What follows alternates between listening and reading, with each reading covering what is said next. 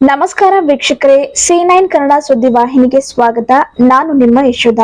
ಕಲಬುರಗಿ ಜಿಲ್ಲೆಯ ಚಿಂಚೋಳಿ ತಾಲೂಕಿನ ಐನೋಳಿ ಗ್ರಾಮದ ಕಾಂಗ್ರೆಸ್ ಪಕ್ಷದ ಕಾರ್ಯಾಲಯದಲ್ಲಿ ಕಲಬುರಗಿ ಮಾಜಿ ಜಿಲ್ಲಾ ಪಂಚಾಯತ್ ಅಧ್ಯಕ್ಷರಾದ ದೀಪಕ್ ನಾಗ್ ಶಶಿಧರ್ ಪುಣ್ಯಶೆಟ್ಟಿಯವರು ಪತ್ರಿಕಾಗೋಷ್ಠಿ ಜರುಗಿಸಿ ಮಾತನಾಡಿ 2024 ಲೋಕಸಭಾ ಚುನಾವಣೆಯಲ್ಲಿ ಬೀದರ್ ಲೋಕಸಭಾ ಅಭ್ಯರ್ಥಿಯಾದ ಸಾಗರ್ ಖಂಡ್ರೆಯವರು 100ಕ್ಕೆ 100 ಗೆಲುವಿನ ಲಕ್ಷಣ ಕಾಣ್ತಾ ಇದ್ದು, ಏಕೆಂದರೆ ಬಿಜೆಪಿ ಪಕ್ಷವು 10 ವರ್ಷದಿಂದ ಅವರ ಸಾಧನೆ ಶೂನ್ಯವಾಗಿದ್ದು, ಕಳೆದ ವಿಧಾನಸಭೆ ಚುನಾವಣೆಯಲ್ಲಿ ಕಾಂಗ್ರೆಸ್ ಪಕ್ಷವು ಜನರಿಗೆ ನೀಡಿರುವ 5 ಗ್ಯಾರಂಟಿಗಳನ್ನು ಕಾಂಗ್ರೆಸ್ ಸರ್ಕಾರ ಪೂರೈಸಿದೆ.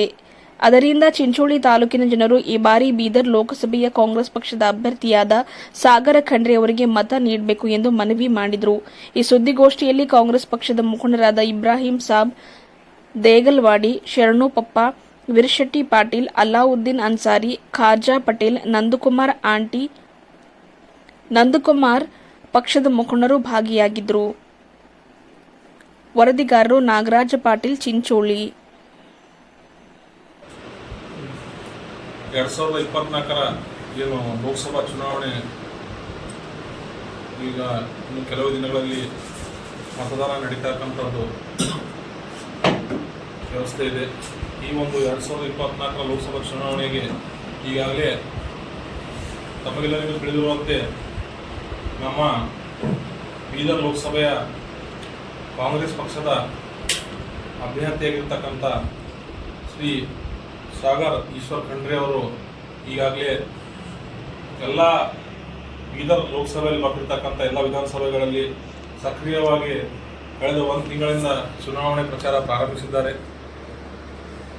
ಈ ಒಂದು ಚುನಾವಣೆಯಲ್ಲಿ ಕಾಂಗ್ರೆಸ್ ಪರವಾಗಿ ಹೆಚ್ಚಿನ ಅಲೆ ಇದ್ದು, ಈ ಒಂದು ಚುನಾವಣೆಯಲ್ಲಿ ನಮ್ಮ ಅಭ್ಯರ್ಥಿ ಬಹುತೇಕ ಅವರ ಗೆಲುವು ಖಚಿತ ಅಂತ ಹೇಳಿ ಈ ಸಂದರ್ಭದಲ್ಲಿ ಹೇಳ್ತಾ ಇದ್ದೇನೆ.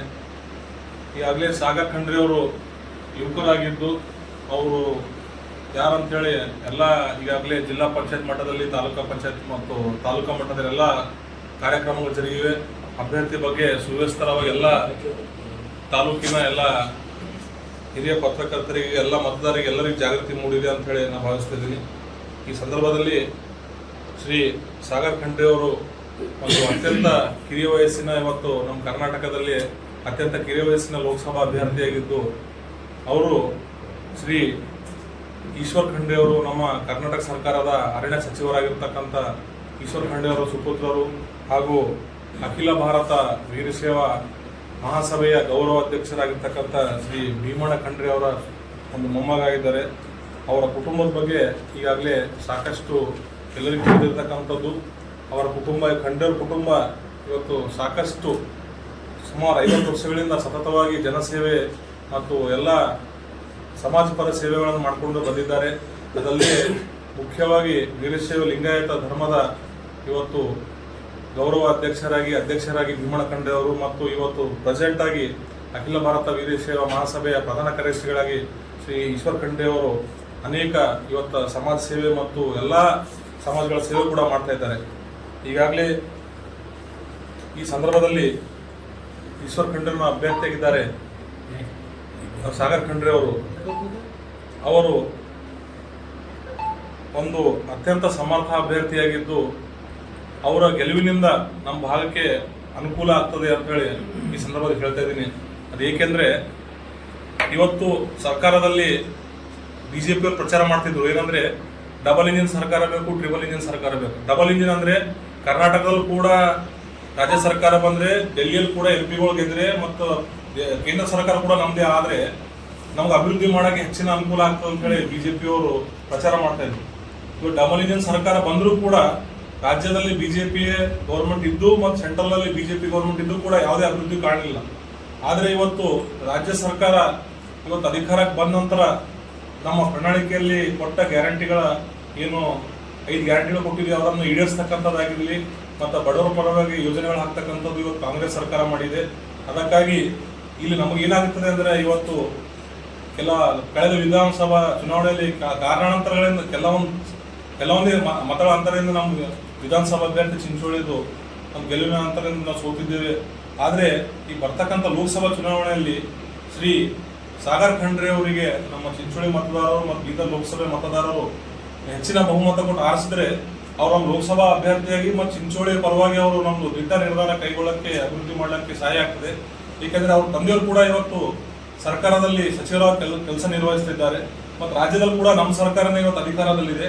ಹಾಗಾಗಿ ನಮ್ಮ ಲೋಕಸಭೆ ಅಭ್ಯರ್ಥಿ ಗೆದ್ರೆ ನಮ್ಗೆ ಇನ್ನೂ ಹೆಚ್ಚಿನ ಕೆಲಸಗಳಾಗಕ್ಕೆ ನಮ್ಮ ಚಿಂಚೋಳಿಯಿಂದ ಮತದಾರರಿಗೆ ಮತ್ತು ಮಹಾಜನತೆಗೆ ಅನುಕೂಲ ಆಗ್ತದೆ ಅಂತ ಹೇಳಿ ಈ ಸಂದರ್ಭದಲ್ಲಿ ಮತ್ತು ಚಿಂಚೋಳಿ ಜನರಿಗೆ ನಾನು ಮನವಿ ಮಾಡ್ತಾ ಇದ್ದೇನೆ.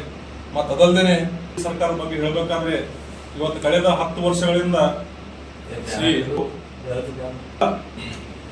ಚುನಾವಣೆ ಗೆಲ್ಲೋಕಷ್ಟೇ ಸೀಮಿತ ಆದ್ರು. ತಾವು ನೋಡಿರ್ತಕ್ಕಂಥ ತಮಗೆಲ್ಲ ಗೊತ್ತಿದೆ ಮತ್ತು ಚಿಂಚೋಳಿಯ ಎಲ್ಲ ಮಹಾಜನತೆ ಕೂಡ ಗೊತ್ತಿದೆ. ಏನಂತಂದ್ರೆ ಒಂದು ಕಳೆದ 10 ವರ್ಷಗಳಲ್ಲಿ ಅವರೆಲ್ಲೂ ಕೂಡ ಇವತ್ತು ಸಾರ್ವಜನಿಕರ ಸಮಸ್ಯೆ ಬಗೆಹರಿಸ್ತಕ್ಕಂಥದ್ದು, ಯಾವುದೇ ಯೋಜನೆಗಳು ತರ್ತಕ್ಕಂಥದ್ದು, ಯಾವುದೇ ಕೆಲಸ ಮಾಡಲಿಲ್ಲ. ಮತ್ತೆ ಈ 10 ವರ್ಷದಲ್ಲಿ ಸುಮಾರು 3 ವರ್ಷಗಳಿಂದ ಕೇಂದ್ರದ ಒಂದು ಸಂಪುಟ ದರ್ಜೆ ಸಚಿವರಾದರೂ ಕೂಡ ಮತ್ತೆ ಯಾವುದೇ ವಿಶೇಷ ಕೊಡುಗೆಗಳನ್ನು ಬೀದರ್ ಕ್ಷೇತ್ರಕ್ಕೆ ಅಥವಾ ಚಿಂಚೋಳಿಗೆ ಅವರೊಂದು ಕೊಡುಗೆ ಕೊಡ್ತಕ್ಕಂಥ ಯಾವುದೇ ವ್ಯವಸ್ಥೆ ಮಾಡಲಿಲ್ಲ. ಮತ್ತೆ ಅವರ ಅನುದಾನನೂ ಕೂಡ ಅವರು ಲೋಕಸಭಾ ಸದಸ್ಯರ ಅನುದಾನವೂ ಕೂಡ ಚಿಂಚೋಳಿಗೆ ಕೇವಲ ಸಿಮೆಂಟ್ ಕುರ್ಚಿಗಳು ಬಿಟ್ಟರೆ ಯಾವುದೇ ಅನುದಾನ ಕೊಡಲಿಲ್ಲ. ತಾವು ನೋಡಿರ್ಬೋದು, ಹಿಂದೆ ಲೋಕಸಭಾ ಸದಸ್ಯರು ಯಾರೇ ಆಯ್ಕೆಯಾಗಿದ್ದಾಗ ವಿಶೇಷ ಅನುದಾನಗಳು, ಅವರ ಅನುದಾನದಲ್ಲಿ ಅನೇಕ ಮಂದಿರಗಳು ಮತ್ತು ಅನೇಕ ಮಸೀದಿಗಳು, ಕಾಂಪೌಂಡ್ ವಾಲ್ಗಳು, ಈಗ ಅನೇಕ ಜೀರ್ಣೋದ್ಧಾರ ಕಾರ್ಯಕ್ರಮಗಳನ್ನು ಹಾಕ್ಕೊಳ್ತಿದ್ರು. ಆದರೆ ಭಗವಂತ ಖೂಬಾರ್ ಲೋಕಸಭಾ ಸದಸ್ಯರಾದ ಮೇಲೆ ಒಂದು ಬೋರ್ಡು ಕೂಡ ಎಲ್ಲಿಯೂ ಕಾಣಲ್ಲ. ಯಾವ ಸಿಸಿ ರಸ್ತೆ ಕಾಣಲ್ಲ, ಯಾವ ಮಂದಿರಗಳು, ಯಾವುದೇ ಅನುದಾನಗಳಲ್ಲಿ ಯಾವುದೇ ಜೀರ್ಣೋದ್ಧಾರ ಕಾರ್ಯಕ್ರಮಗಳು ಒಂದು ಬೋರ್ಡು ಕೂಡ ಚಿಂಚೋಳಿಯಲ್ಲಿಲ್ಲ. ಈ ವ್ಯವಸ್ಥೆ ಆಗಿದೆ. ಅದಲ್ಲದೆ ಶ್ರೀ ಭಗವಂತ ಖೂಬಾರ್ ಅವರು ಲೋಕಸಭಾ ಸದಸ್ಯರಲ್ಲಿ ಜನರಿಗೆ ಭೇಟಿಯಾಗೋದು ಯಾರ ದೂರ ಉಳಿಲಿ ಮತ್ತು ಯಾವುದೇ ಒಂದು ಸಾರ್ವಜನಿಕ ಕಾರ್ಯಕ್ರಮ ಕೂಡ ಭಾಗವಹಿಸಲಿ. ಚಿಂಚೋಳಿಯಲ್ಲಿ ಯಾವುದೇ ಅಭಿವೃದ್ಧಿ ಕಾರ್ಯಕ್ರಮ ಕೂಡ ಬರಲಿಲ್ಲ. ಮತ್ತು ಜನರು ಯಾರಾದರೂ ತಮ್ಮ ಕಷ್ಟ ಸುಖಗಳಲ್ಲಿ ಅವ್ರನ್ನ ಹೇಳ್ಕೊಳ್ತಾ ಹೋದರೆ ಅವ್ರಿಗೆ ಕೂಡ ಸರಿಯಾಗಿ ಒಂದು ರೆಸ್ಪಾನ್ಸ್ ಮಾಡೋದಿಲ್ಲ, ಮಾತಾಡೋದಿಲ್ಲ, ಒಂದು ತರಾಟೆ ತೆಗೆದುಕೊಳ್ಳೋದು. ರೈತರು ಹೋದರೂ ಕೂಡ ಅವರಿಗೆ ಒಂದು ಬೇಜಾರದಿಂದ ವರ್ತನೆ ಮಾಡೋದು. ಚಿಂಚೋಳಿಯಲ್ಲಿ ಅನೇಕ ಇವತ್ತು ಯಾವುದೇ ಒಂದು ಆತ್ಮಹತ್ಯೆಗಳು, ಏನೇ ಒಂದು ಘಟನೆಗಳು ನಡೆದಾಗ ಕೂಡ ಸರಿಯಾಗಿ ಅಲ್ಲಿ ಬಂದು ಭೇಟಿ ಕೊಡ್ತಕ್ಕಂಥದ್ದು ಮಾಡಲಿಲ್ಲ. ಮತ್ತು ಕೇಂದ್ರ ಸರ್ಕಾರದ ಇವತ್ತು ಅನೇಕ ನಾವು ರೈತರು ಬೆಳೆ ವಿಮೆ ಮಾಡಿಸಿದ್ರು. ಸುಮಾರು ಚಿಂಚೋಳಿಯಲ್ಲಿ 25-30 ಕೋಟಿ ರೂಪಾಯಿ ಬೆಳೆ ವಿಮೆ ಬರಬೇಕಿತ್ತು. ಪ್ರತಿಯೊಬ್ಬ ರೈತರು ಪ್ರತಿ ವರ್ಷ ಒಂದು ಉದ್ದು, ಹೆಸರು ಮತ್ತು ತೊಗರಿ ಬೆಳೆ ಮೇಲೆ